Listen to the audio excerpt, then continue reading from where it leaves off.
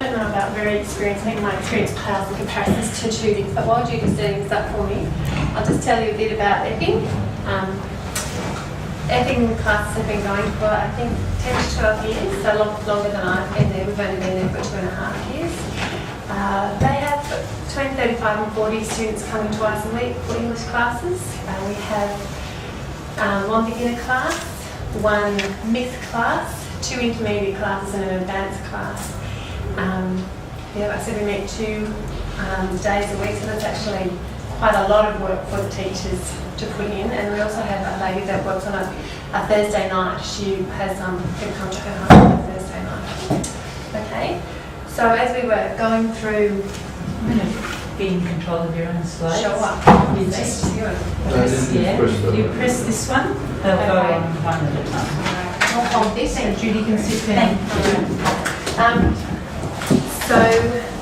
I guess Judy's already briefly mentioned this. There's a huge need across Australia for people to teach English as a second language. The statistics that Mike found suggest that by 2025, this is and the Anglo-Celtic population, but this would be the non-English Celtic population. So we'll be down to about 40%, 60%. In various regions, of course, that's quite different. In our own area in Epping, we have 50% non-English speaking background, and that's divided fairly firmly between Korean speakers, Cantonese speakers and Mandarin speakers. We do have a few Spanish speakers and a few islanders. So that has, what about, your question was, are there difficulties of having, was it your question, the same culture in your Bible? Is it easier? Is it easier? No.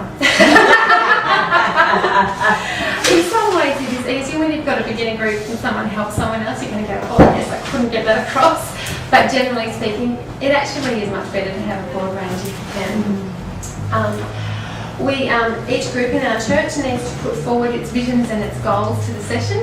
So this was our vision.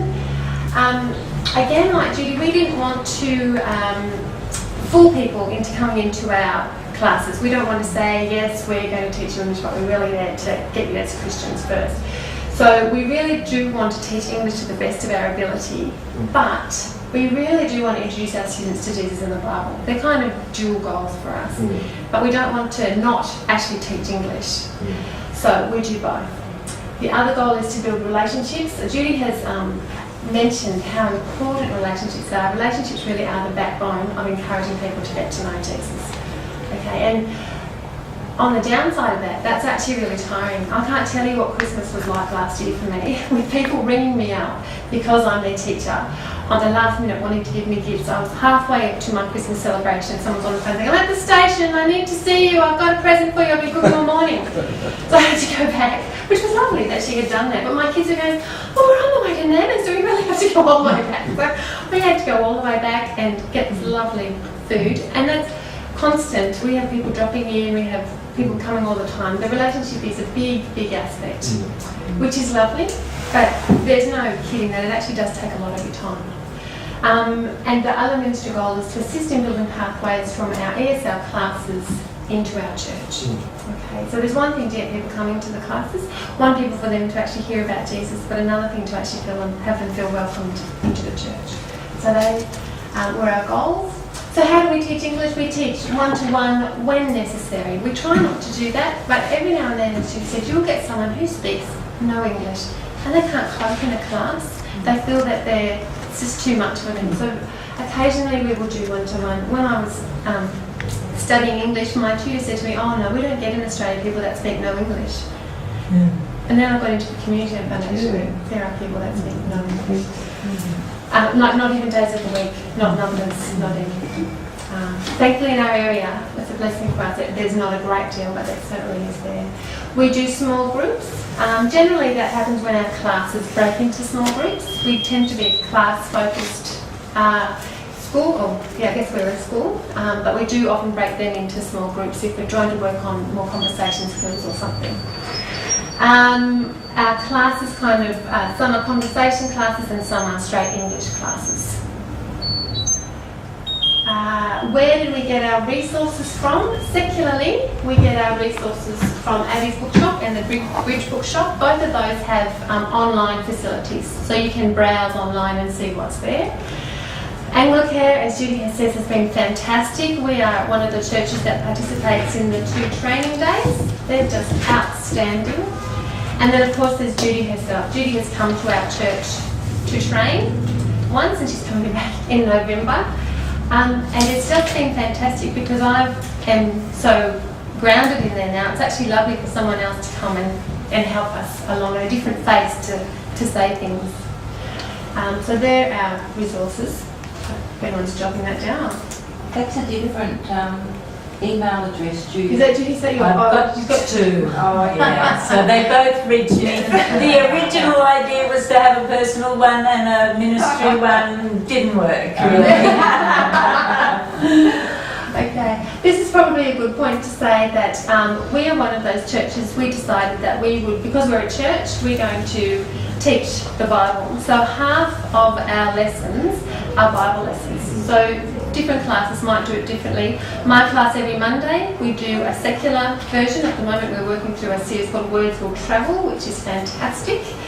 And on a Wednesday, we do Bible. And that whole lesson will actually be around a Bible passage, and it will obviously have some introduction to it, which might take 20 minutes. Then we'll work on the passage, work out the meanings from it, have a discussion. That's just how I do it in my class. But everybody, all the teachers in our school, they will do half of their time on the Bible, half of the time teaching straight English. Do you find that the group, when you have it come just for Bible, that some don't come, or? Not because it's Bible. We do have slightly different people coming on different days, but that's more of a timetabling thing for them. We have, I think in the time that I've been there, had 2 people only that have come and said, no, I'm not coming because there's Bible there. Most people are really, really keen to get English. Yeah. If I could add my little point there, we had 30 by the time I did the survey I mentioned, 30 students in the program, and I actually asked them, we'll put the Bible study at the end, if you want to leave you can, and out of the 30 students, 2 said they would leave, and of those 2, 1 has since stayed. And I think part of that is what Judy was saying before, is that it's okay in other religions to talk about what you believe. It really is okay. Very few people think that it's not okay. And I've got people in my class who aren't Christians, but they will still stay for the Bible study. So, now just to let you know where we send people, if they are wanting, you don't need to be an English teacher, a trained ESL teacher to teach, but there are people who would like more skills so they can feel more confident. This is the Smith Family Home Tutor Scheme. I don't know whether this is just New South Wales appropriate, Judy. I'm not sure. There are variations, even within New South Wales. There are a couple of different people that offer it, and there is something similar in Victoria. I can't go beyond that. Through the Smith family, they run a free training which incorporates 18 hours of face-to-face, and you do get a statement of attainment of what you've actually learned. But this AIMS education.au is probably worth contacting if you're not in New South Wales to see what runs in other states. Is there a hand up for this, or should I not? No, I'm sorry, she's got the right down. But she might be able to email it to you. I will probably, well, my husband might be able to email it to you, as Judy. The problem I have, I'm so technophobic. And I can too. A last question there. Have you taken a list of people who are here, and perhaps if people give their email addresses, you can actually do a follow-up email? And Gillian's got email addresses of everyone if you don't get them all here. Our conference organiser. Right, Put your email address on that one, and I'll go and get those little brochures. So this is the free one. Just quickly, there is the CELT, which is the course that I did. It's run through English language schools. It originated in Cambridge. It's a fantastic course. It's 12 weeks part-time or 4 weeks full-time. You come out, it's a very, very practical course, and it gives you, I don't know what your schooling was like, but when I went to school, grammar wasn't a big part of schooling, so it actually consolidated a bit of grammar for me, and it was very practical. Catholic education offer TESOL as well, and there are university courses that you can go. I mean, you don't need to, but if people want more skills, there are certainly ways in which you can gain more skills.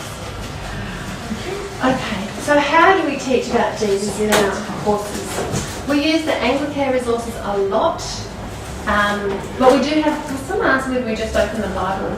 Was it you, Bruce? Yeah. We have one fellow who really does. He teaches an intermediate class and they just work through a gospel at a time. Yeah, and he finds that very successful. Yep. I use the Anglicare resources often.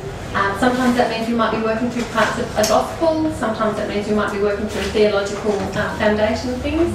Sometimes we might be going over the whole Bible as an overview.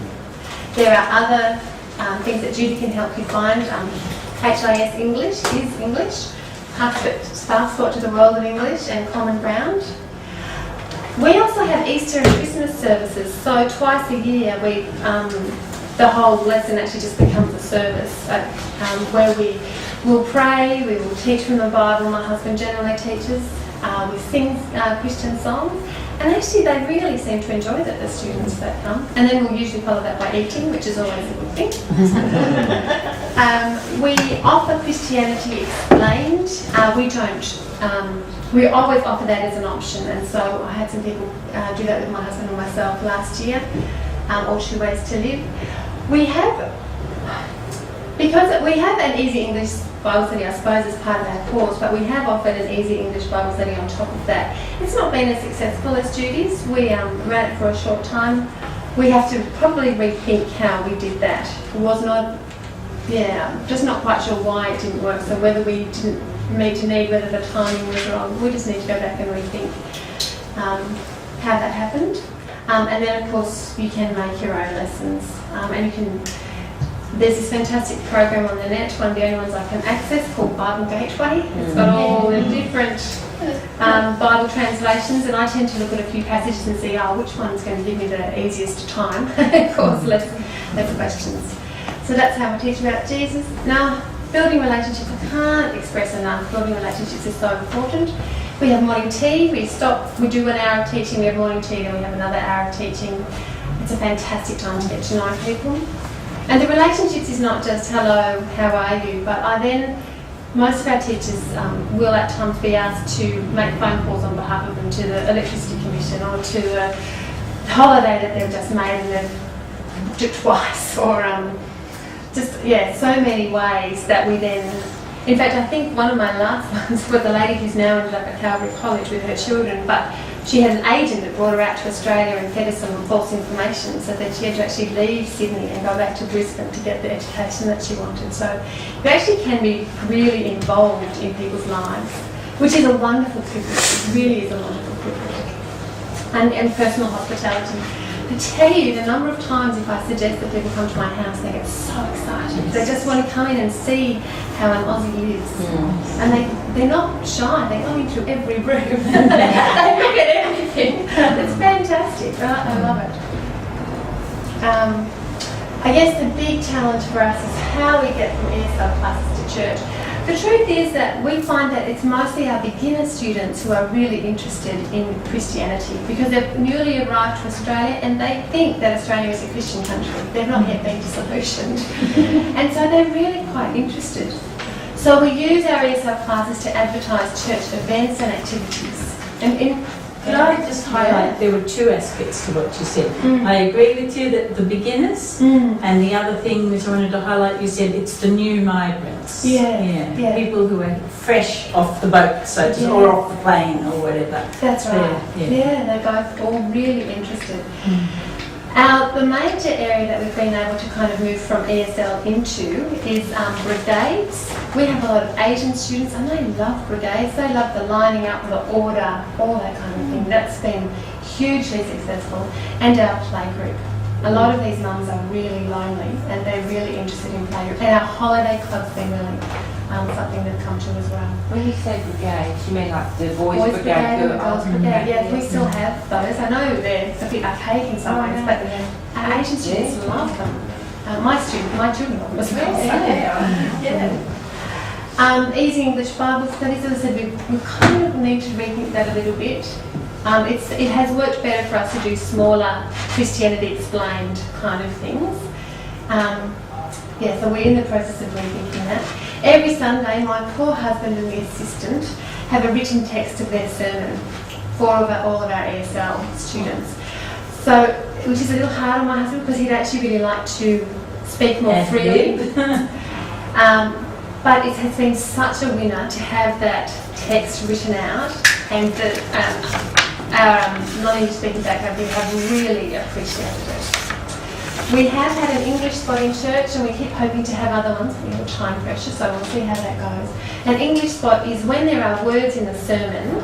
My husband preached on, I can't remember the sermon now, but the word I remember was counterintuitive. How living the life of a Christian is sometimes counterintuitive against the grain of the culture. And he knew that going into a sermon saying counterintuitive, that would just lose half that congregation. So we did it like in the English class when we were presenting a new vocabulary. We put it up on the board, we explained it, we did pronunciation, we used it in conversation. And the church loved it. And the the congregational members from other backgrounds were so grateful. They came up to me and said, I can't believe you went to this trouble for us so that we can feel included. And actually my husband has made a few changes in his sermons now, that if he's using a thread, he used the church as a crutch, is the church a crutch, the other day. And so he will now explain those idiomatic things much more clearly, just so that, people can carry it through. And people have been coming up to me saying, his sermons are so much clearer now. And just getting that through. So that's been really important. We have had cross-cultural awareness days. We had 3 Sundays that Mike Kane was involved in, where we had a Korean lunch and then a Chinese lunch and then an English lunch, and we had a panel of questions. And we had people from each of those cultures answering questions about, what do you expect from your children in your culture? What do you expect from schools? What do you expect from your pastor or your minister? That was just mind-blowing for our congregation, just to see how different many cultures are. And we've also had recently, it was Chuseok, which is Korean Thanksgiving Day, and Chinese Mid-Autumn Festival.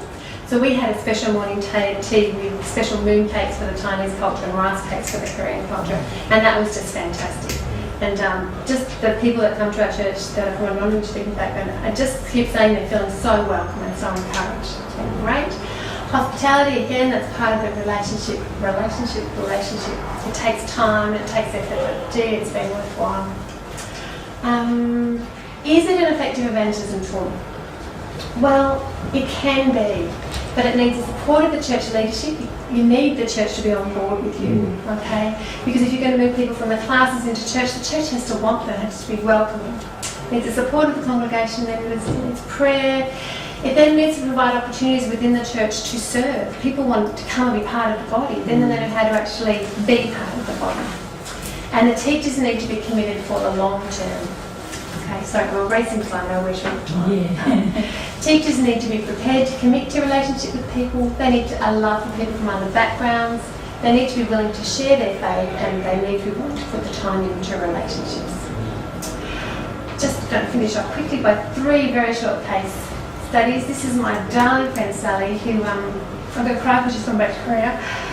She became a Christian through a vision in Korea when she was 12. An angel, she said, stood at the end of her bed and said that Buddhism was not the way to go. She needed to follow Christ. She got married, she was in an abusive relationship, she got divorced, and it was only after that time when her children were growing up that she could actively follow that. She went to church, but she found that wasn't, in Korea, that wasn't enough. So she came to Australia because she wanted to find out more about Christianity, which she did. She's the most incredible Bible student you've ever seen, like notes on everything, desperately wants to know about Jesus. Unfortunately, she could not afford to pay the rest of her permanent residency, so she's gone back to Korea to try and find some work so she can come back to Australia. I miss her. She was one of these ladies that if ever I was sick or unwell, she'd be round there with some soup. She's just incredible. She had gifts for my children, some really amazing, culturally appropriate presents that my children find difficult to have in the house. One of them is a glow in the dark picture of us on the Harbour Bridge. Which is gorgeous in many ways. But she's gorgeous. And so she's now gone back into the Christian church in Korea. She's been strong enough to go back against her family and go into the Christian church, which has been great. This is the darling Sanju. came to church, like one of your ladies, didn't know Christianity, didn't really want to know anything about Christianity, but wanted to speak English more. So she's been coming to classes, came to church, took her boys to Boys Brigade. The boys have now been going to Sunday school, and then after a street fair we had where we had puppets in the hall, one of the little boys said, "I believe in Jesus, Mum." Put his hand up. And I had a good conversation with her, and I said, "Oh, what about your other boy?" And she said, "Oh, I'm not sure what he believes." And I said, "What about you?" She said, "I know what Christianity is. I'm just not sure I can believe it yet." But she's been in conversation with another lady from our church, so God willing, she'll actually take Christianity on board for herself.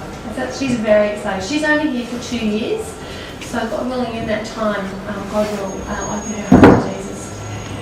And this is Patricia. She's actually in my class that I teach. She's my secretary and my manager. I'm a technophobe. She knows everything. She's great. She didn't know anything about Jesus when she came to Australia. Her husband is actually with her, and they're seeking permanent residency at the end of this year. In the Korean population, there are many Christians and there are many not Christians. She became friends with some other people in my class that were Christians, and she's never started going to a Christian church. I'm not sure that she's become a Christian yet, but she's really well on the way. She's quite interested, she's learning lots. And she's actually come in and she runs the Bible study creche now for my Bible study group, just to start getting her involved in the church. But she really has, the Spirit's really working in her life, so it's very exciting. So it's kind of 3 different ways that the ESL ministry has been worked in people's lives in our church. Sorry, I've raced through that, haven't I? But there you go, I've done it. Well done. Yeah. So is there any questions about what we do? Is there any questions about what we do? How many classes did you have on in one sort of morning? We have 5 on a Monday, and because I can't get another beginner teacher, we have 4 on a Wednesday. So my beginner teacher's only once a week. Yeah. Do you ever bring any of the people from the advance down to help with the beginners? They meet to get at morning tea. We tend not to, but I think that's probably because we are very much Korean and Chinese focused, and there's very much if you're better at English, then there's a kind of a respect thing there. It's actually not all that helpful